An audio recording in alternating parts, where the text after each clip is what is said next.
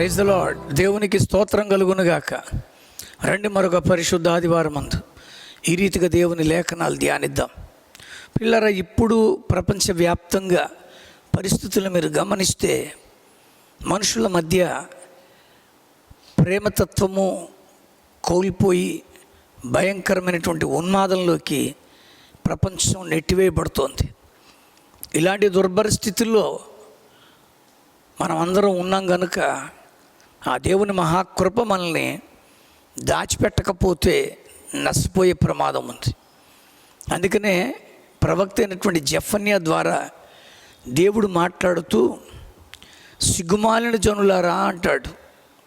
కొట్టుకు చావడానికి ఈ బ్రతుకులు ఇవ్వలే, ఒకరినొకరు చంపుకోవడానికి కాదు ఈ బ్రతుకులు, ఒకరినొకరు ప్రేమించుకొని అర్థం చేసుకొని అందరినీ సంస్కరించుకోవడానికి. అందుకనే 2వ అధ్యాయం ప్రారంభంలో అంటాడు, సిగ్గుమాలిన జనులారా కూడి రండి, పొట్టు గాలికి ఎగురునట్లు సమయం గతించిపోతుంది. చాలా జాగ్రత్త అండి. టైం అయిపోతుంది, నేను అలా చేస్తాను ఇలా చేస్తాను, అంత అయిపోతాను ఇంత అయిపోతాననే అవకాశాలు ఇక లేవు. ఎందుకంటున్నానంటే విధి నిర్ణయము కాకమునిపే అంటాడు. యెహోవా కోపాగ్ని మీ మీదకి రాకమునిపే అంటాడు. మిమ్మును శిక్షించుటకై యెహోవా ఉగ్రత దినము రాకమునిపే కూడి రండి.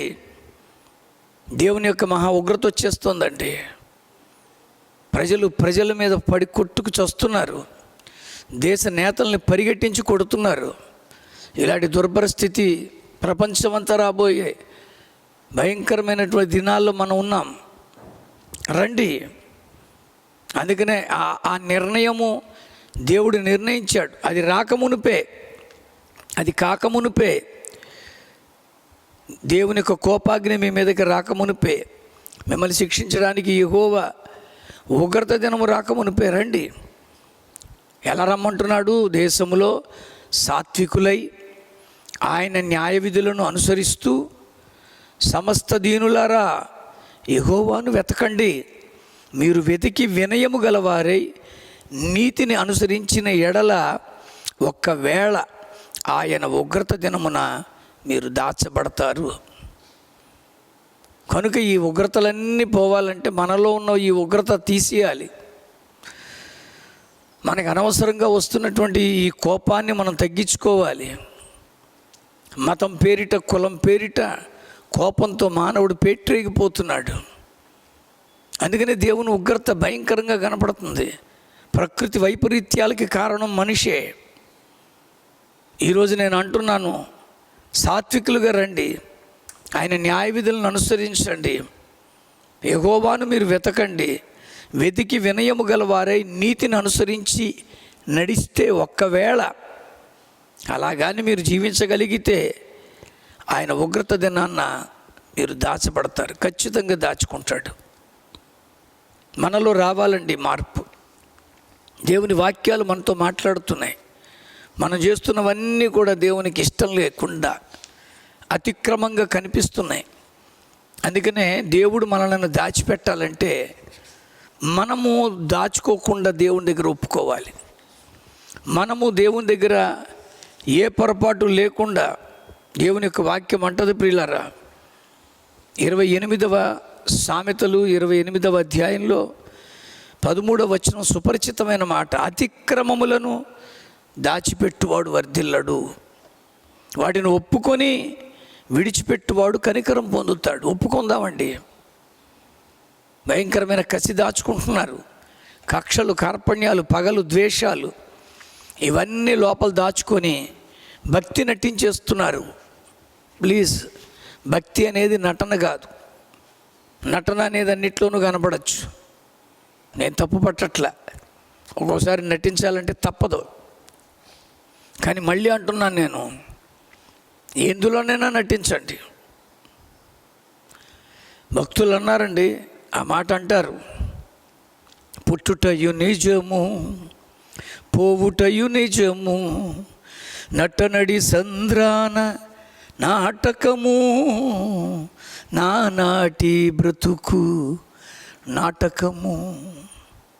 నేను మళ్ళీ చెప్తున్నాను, నరుని బ్రతుకు నటన, భగవంతుని తలపు ఘటన ఆ రెంటి నట్ట నడుమ నీకెందుకింత తపన అన్నాడు భక్తుడు. ఈరోజు నేను అంటున్నాను, ఆ ఈశ్వరుని తలుపు ఘటన అంటాడు. ఈశ్వరుడు పరమేశ్వరుడు, పరంధాముడు, సమస్తాన్ని ఏలగలిగినటువంటి శక్తి సంపన్నుడు. ఆయనే ఏమైనా చేయగలడు, ఆయనే దాచగలడు ఈ ఉగ్రత దినంలో. అందుకని అంటున్నాను, నటనొద్దు. మీరు భక్తి పేరిట నటించేస్తున్నారు. ఈ వైపరీత్యాలకి కారణం నటనే. నటించి భక్తి చేయమని ఎక్కడా లేదండి, ఏ శాస్త్రము చెప్పదు. భక్తి ప్యూర్గా చేయండి. మనస వాచ కర్మణ త్రికరణ శుద్ధిగా చేసేది భక్తి. ఈరోజు నీ మనస్సు లోపల కక్షలు, కార్పణ్యాలు, పగలు, ద్వేషాలు, పంతాలు, మత ఉన్మాదాలు ఇవన్నీ నువ్వు మనస్సులో పెట్టుకున్నావు కనుకనే ఇతర మత గ్రంథాలని కాల్చేస్తున్నావు, ఇతర మత పెద్దల్ని చంపేస్తున్నావు, వారు ఆరాధిస్తున్నటువంటి దేవుణ్ణి దూషిస్తున్నావు, పేర్లు పెడుతున్నావు. ఇవన్నీ ఎందుకు జరుగుతున్నాయంటే మనస్సు బాల. ఇక ఎప్పుడు మనస్సు చెడిపోతుందో క్రియల్లో కూడా అదే కనబడుతుంది. కర్మణ అన్నారు, మన కర్మలన్నీ కూడా అలాగే ఉన్నాయి. ఎందుకు అంటున్నాను నేను చాలా స్పష్టంగా, మనస వాచ కర్మణ. వాచ నోటి మాటలు బాగుండాలండి. బూతులు ఏంటండి భక్తి చేసేవాడికి? బూతులు ఆడడం ఏంటి అసలు? ఒక స్త్రీని అగౌరవపరిచే బూతులు, ఒక మత గ్రంథాన్ని బూతులతో తిట్టడం, ఎవరు ఆరాధించుకునే దేవుణ్ణి బూతులాడడం, ఇవన్నీ భక్తికి ఎక్కడ ప్రామాణికతను చూపిస్తున్నాయి? అందుకనే ఇంత భయంకరమైన ఉగ్రత. సిగ్గులేని జనాంగమా అంటున్నాడు దేవుడు. సిగ్గులేని వారులారా నా దగ్గరికి రండి, వినయంగా మారండి, సాత్వికంగా మారండి, అప్పుడు నేను మిమ్మల్ని దాస్తాను.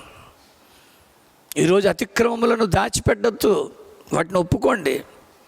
భగవంతుడి దగ్గరికి ఒప్పుకోండి. వచ్చి అయ్యా మేము పొరపాటున ఈ విధంగా మాట్లాడాము, ఇలా చేశాము అని చెప్పడానికి ఎక్కడ కూడా సందేహించద్దు. అతిక్రమములను దాచిపెట్టువాడు వర్ధిల్లడు, కానీ దాన్ని ఒప్పుకొని విడిచిపెట్టువాడు దేవుని కనికరం పొందుతాడు, దాచబడతాడు. అలాగా మనం భక్తి చేయాలి అంటే భక్తిలో ఉండవలసింది వివేకం అండి. సామెతలు అనే గ్రంథంలో 12వ అధ్యాయంలో 23వ వచనంలో ఒక మాట చెప్తున్నారండి. ఏమంటారంటే, వివేకి అయిన వాడు తన విద్యను దాచిపెట్టును, అవివేక హృదయములు తమ మూఢత్వాన్ని వెల్లడిపరచును.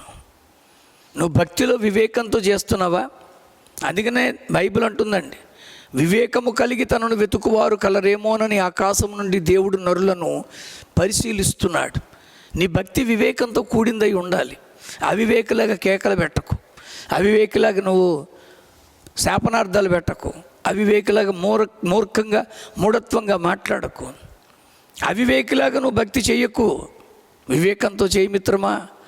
అందుకని వివేక్ ఏం చేస్తాడో తెలుసా? తన యొక్క విశ్వాసాన్ని దాచుకుంటాడు. తాను పొందుతున్నటువంటి అంతర్లీనంగా ఆత్మ ఆనందాన్ని అనుభవిస్తాడు. ఈ ఆత్మను శుద్ధి చేసుకోవడానికి ప్రయత్నిస్తాడు. ఆత్మశుద్ధి లేని ఆచారం అది ఎలా, భాండశుద్ధి లేని పాకం అదేలా, చిత్తశుద్ధి లేని భక్తి పూజలేలా. ఈ ఆత్మను వివేకి బాగు చేసుకుంటాడు. నా ఆత్మలో ద్వేషం ఉండకూడదు, నా ఆత్మలో పగ ఉండకూడదు, కసి ఉండకూడదు, నా ఆత్మలో సాత్వికం ఉండాలి, వివేకం ఉండాలి. అందుకనే ఆ వివేకి అన్నవాడు తన భక్తిని, తన తత్వాన్ని దాచుకుంటాడు.